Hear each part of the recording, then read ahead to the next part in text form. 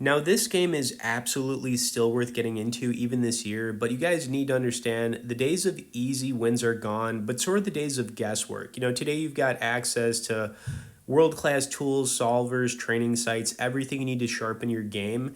The field is tougher, yes. And when we compare online versus live, obviously online is going to be harder, but that just means you have the chance to rise above the noise. Every session is a test of focus, discipline, and resilience. You put in the hours, build your edge, study the spots, track your leaks, both from a technical and mental standpoint. Going to come back to the mental part of this game in a little bit, but looking back at the last 100K hands I played at mid stakes, I can tell you most players still make a ton of mistakes and are also missing the point. And the point is that when you get to a certain level, you have to deviate from using just one strategy like GTO and start exploiting opponents, making obvious plays like sitting back, waiting for hands, etc. You have to open your game up a little bit more.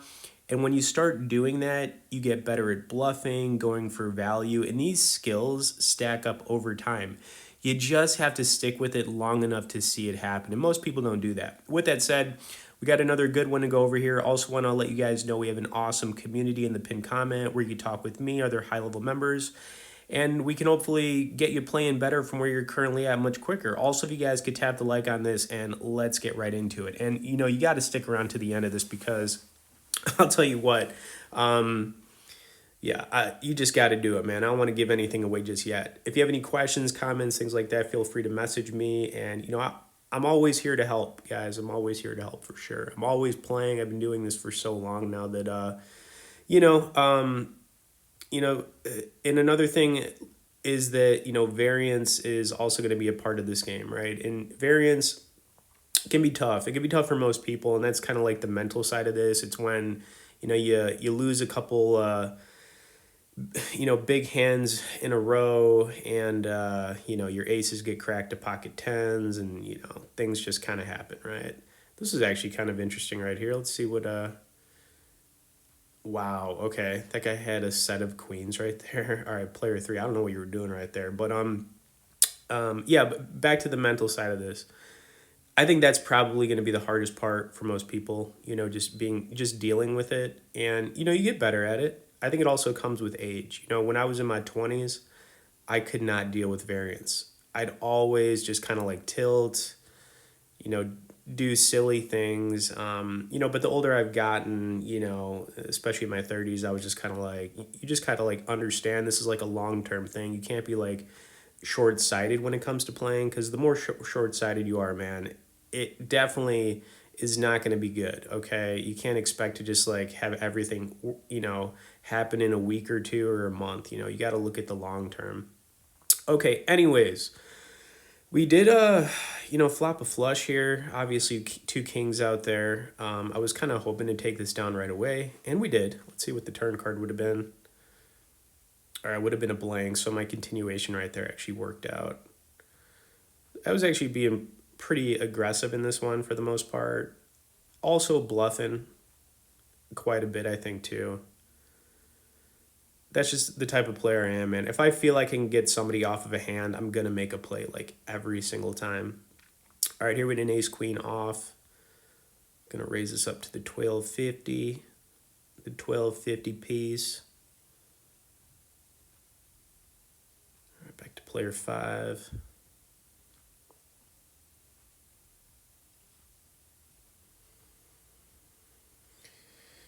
And we're going to get a call here. Let's see.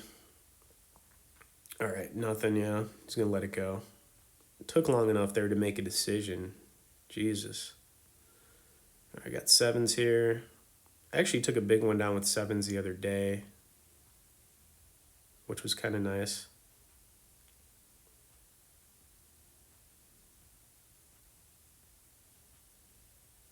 I think everyone's going to fold back to back, man.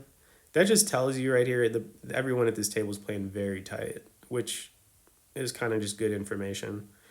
All right, we got a 3-8 suited. We are in the big blind here, but this is one of those hands where, I mean, it's a 3-8 suited. You know what I'm saying? So the 3-8, man, the strongest hand in the game right here.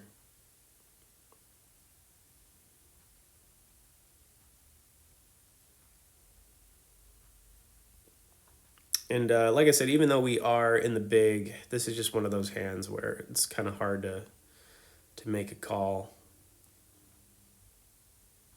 All right, player 6 raised it up to 40 anyway, so I'm just going to let this go. Back to player 4.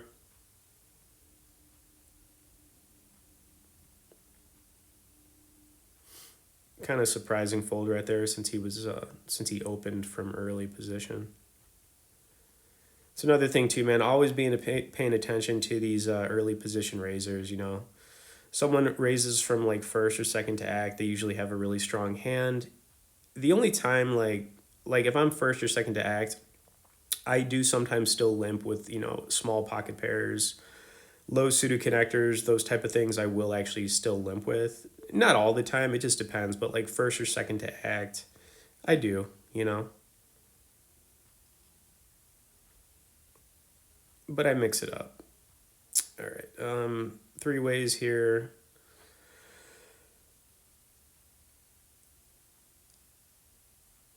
A lot of draws here. You got the flush draws. You got your, Jack Kings. Player 4 took it down pretty quick. Turn card would have been 9, so whatever. King 3, folding it. But yeah, I'm telling you guys, you're definitely going to want to stick around here till the end. I think this is going to last for about 15 to 20 minutes. It was a little bit shorter, but you'll probably be surprised at, what's going to transpire here. All right, pocket ace is all right, man. But we're only 3-hand into this, which is no bueno.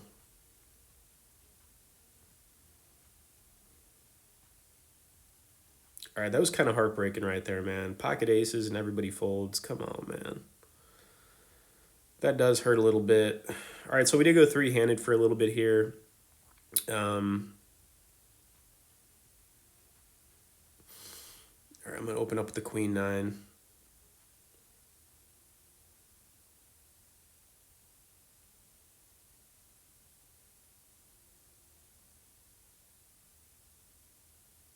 And yeah, I mean, I'm definitely okay taking the blinds down here. Whatever. And on to the next one. All right, so now we're 4-handed. We're going to get the full table back here shortly, so just a couple more hands. And like I said, man, I'm going to keep hinting at it, but we have this hand you just don't want to miss coming up.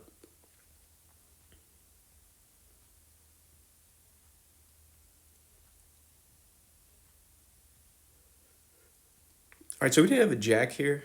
You got the flush draw out there, 2 ducks. 2 ducks in a pond right here.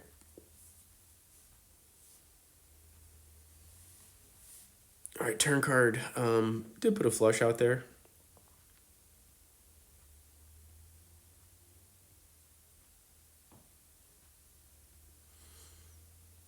Definitely think player 6 has got the deuce. Let's see. No. Wow, he took it down with ace 9. That was weird.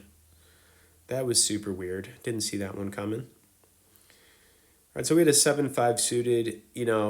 This is probably like one of my favorite hands to bluff with. Don't ask me why. I've made some big bluffs with this.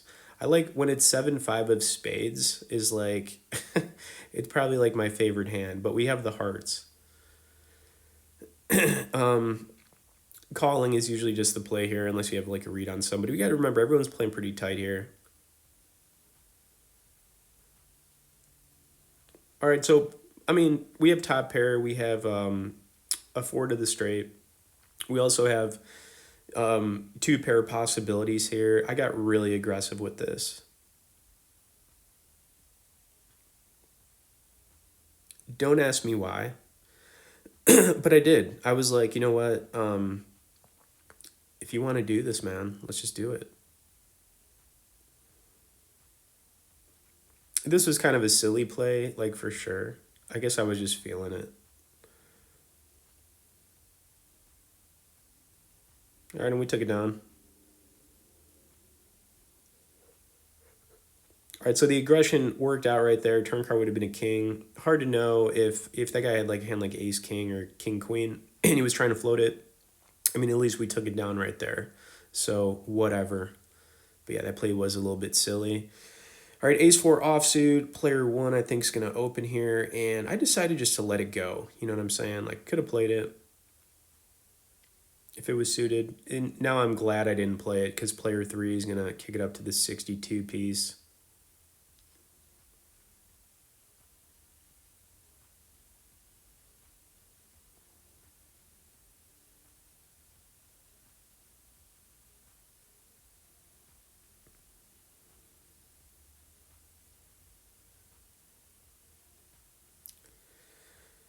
All right, and black back to player one here.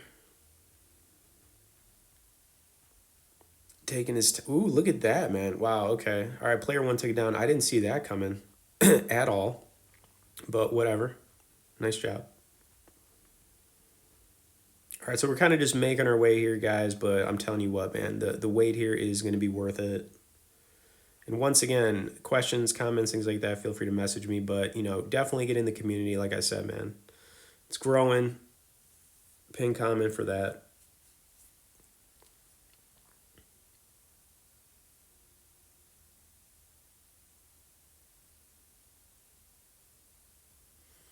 All right, player one and player four.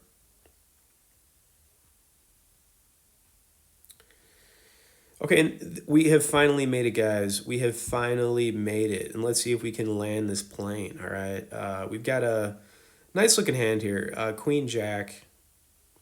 And, yeah, we're going to open raise here. If we get re-raised, obviously we're not going anywhere. Plus we're, just so deep in this that, we're not going anywhere. But this hand right here, man, I can't even put into words. Okay, you just got to wait and see it. All right, back to player four. I think player four is going to raise it up here. Let's see if he does.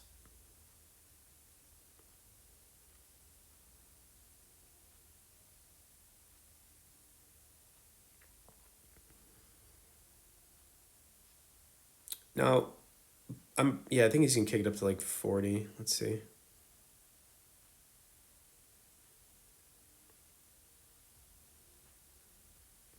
Like I said, I'm totally fine with that. We could kind of build it right here. Get player five out of this. Yeah, kicked it up to 55. We're just not going anywhere. And this flop was interesting because if player four is doing this with hands like ace king, ace queen, and then you've got some overpairs like, kings, aces, I guess, are possible too. Queen's less likely because we have a queen. But I mean, we basically still have two overs to this board, plus we have a flush draw. Now, technically, obviously any ace X is going to be ahead of us, but he checked it pretty quick, which told me a couple things. He probably didn't really like this flop that much. And instead of kind of just going with a continuation, I just did this because I figure if he makes the call with ace king, which is believe me, I've seen people do it before. We still have the flush. We have two overs to this board, and there's also a chance he just folds it. But what I didn't expect was when he is going to make a call here. And I was like, when I saw his cards, I was like, what? Like, really? Like, I don't know what the odds of this happening would be, but I I mean, like I said, man, I could not believe what this guy's going to turn over. So I know I'm just building the excitement right now, but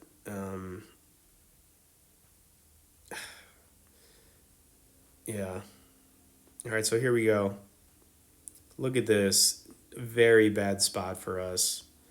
What made this worse was we actually are going to get there with the diamonds. So I think that we probably were always going to get stacked there, even if I didn't play it that way. You know what I'm saying? Like if I raised, he called, and then we hit it on the river there, we were always losing. But even with that loss, guys, that's a part of the game. It's just something you deal with, and you just keep pushing forward. I know how hard this game can be mentally. Like I said, man, pin comment, get in the community, subscribe if you haven't. Hope you guys enjoyed this and made it to the end. Tap the like if you did, and we'll see you in the next one.